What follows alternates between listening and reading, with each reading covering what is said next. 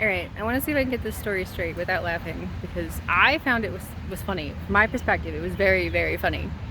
It was probably not very funny in the long run, but this morning I went to the Quick Trip down the road at, early in the morning.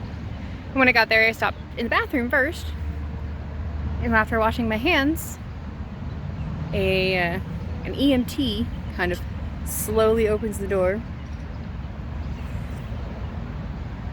Did you call 911? No? I just kind of tossed my paper towel into the waste bin. Well, who did then?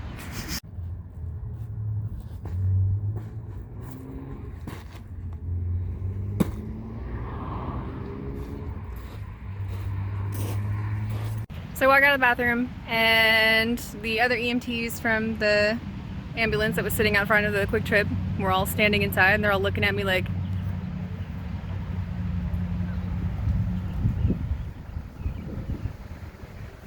and the EMT that spoke to me in the bathroom was like, no, it wasn't her, I don't know, right? And I was sitting there like, well, then who was it then? What? I don't know. And one of them goes, well, I mean, we're here, I'm just gonna get some snacks. I want a drink, I'm buying a drink, somebody grab me a Pepsi. So I finished getting what I was getting from the Quick Trip, and I walk outside, and fire truck pulls up, and the EMT that spoke to me in the bathroom comes out to talk to the fire truck. I'm just standing there like, what? Like, I know I had my phone on me, so like y'all were able to find me, but like, what just happened? So I really hope that like there wasn't somebody bleeding out somewhere waiting for this ambulance and these EMTs. But you have to admit, when he just went, I mean, I'm just gonna get some snacks, I don't know what's going on. It was pretty good. I also wonder if the firemen stopped to get a snack. I hope they didn't, but I think they probably did. Okay, I have a request. This is like my one thing that like has bugged me the whole time I've been here. So down by the river, Tulsa, we have these benches like this, and they come where they're like 4 around a table.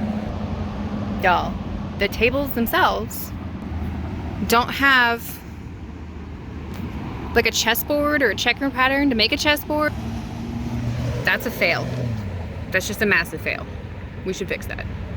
Like these ones are getting kind of worn, and like when they get renovated, they should just add the pattern to them. Like the wood on this is getting a little rotten, so like just put the checkerboard pattern in, right? Like just put a chessboard in. You don't have to supply the pieces. Like the people can bring the pieces, but lay the foundations and they will come. I'm kidding, but seriously, put like some chessboards here. Like what?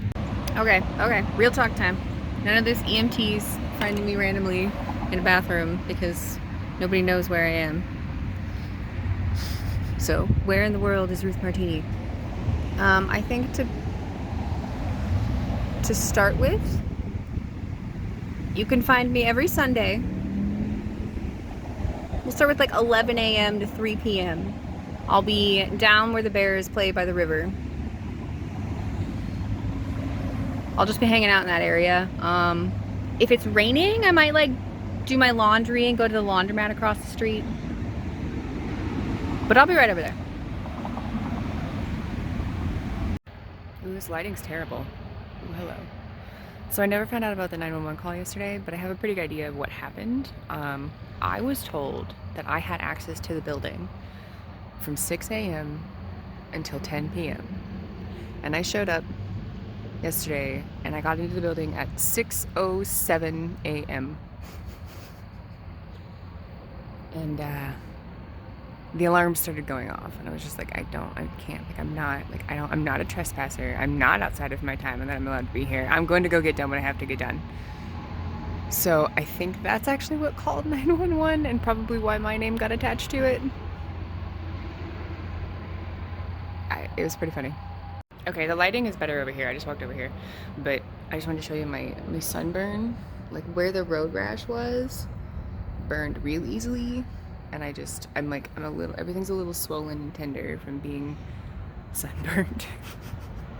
And then up in my part's starting to burn too. So I guess I'll part my hair somewhere else today. I was just gonna wear a hat, but I wasn't expecting to burn this badly. Look, Mom, I've been wearing sunblock. I'm your daughter. I've been putting sunblock on. So I first moved to Tulsa in October of 2022. When I first moved here, there was an abandoned church a couple blocks down from where I was staying. That church is still sitting there, still sitting abandoned. One side of the church used to be like a homeless shelter. It was a sanctuary. That building just sits empty now, and they run people off if they find you going in there.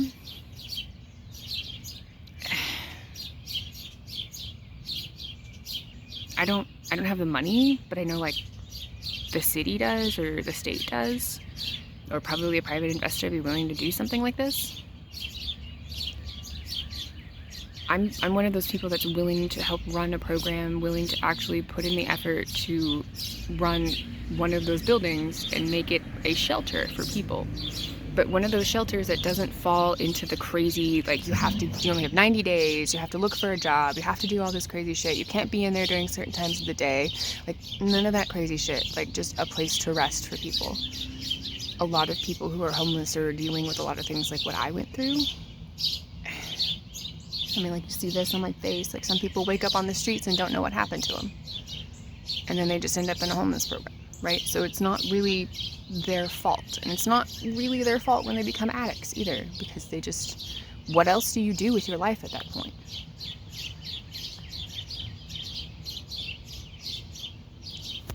So I would be willing to put in the effort. I'd be willing to even be the person that helps repair the building. Like if it's one of those where it's like it got abandoned because it got damaged, or it's something like that. Like I'd be willing to help run the program, be the person who is, I don't know, the head of house, as I put in a lot of programs.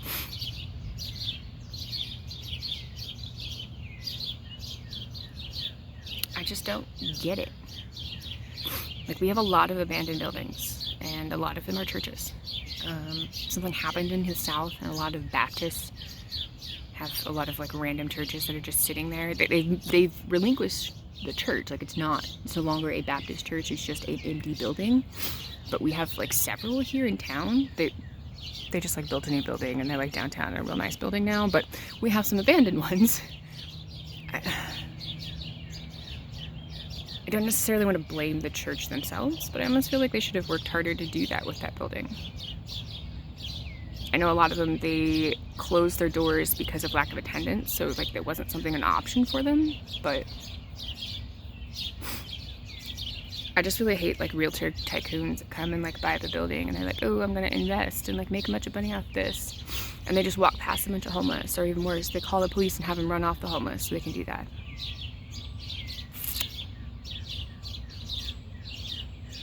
A lot of people actually choose to stay on the streets, like purposely. Like they just purposely choose to stay on the streets. A lot of them even gained access to money. Like they have enough that they could rent an apartment. They could, find themselves in a better way. But it's usually addiction that keeps them on the streets.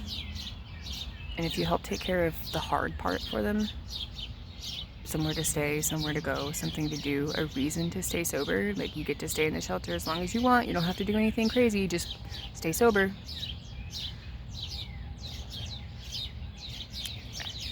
I feel like that would help people more than you realize. Especially since I've been walking around talking to these people. Almost all of them would be more than willing to do a program like that, in exchange for actually sobering up and having somewhere to go and not have to follow any crazy rules for the program. Just a place to go and rest for a while, even if it's a couple years, just somewhere to go. A lot of them already live in their own communities, so a lot of these buildings that are like this, like we could easily turn them into like an apartment complex essentially for them. A lot of them, like they'd be fine with like a dorm life, because some of them are like ex-felons, so like they have that like prisoner attitude.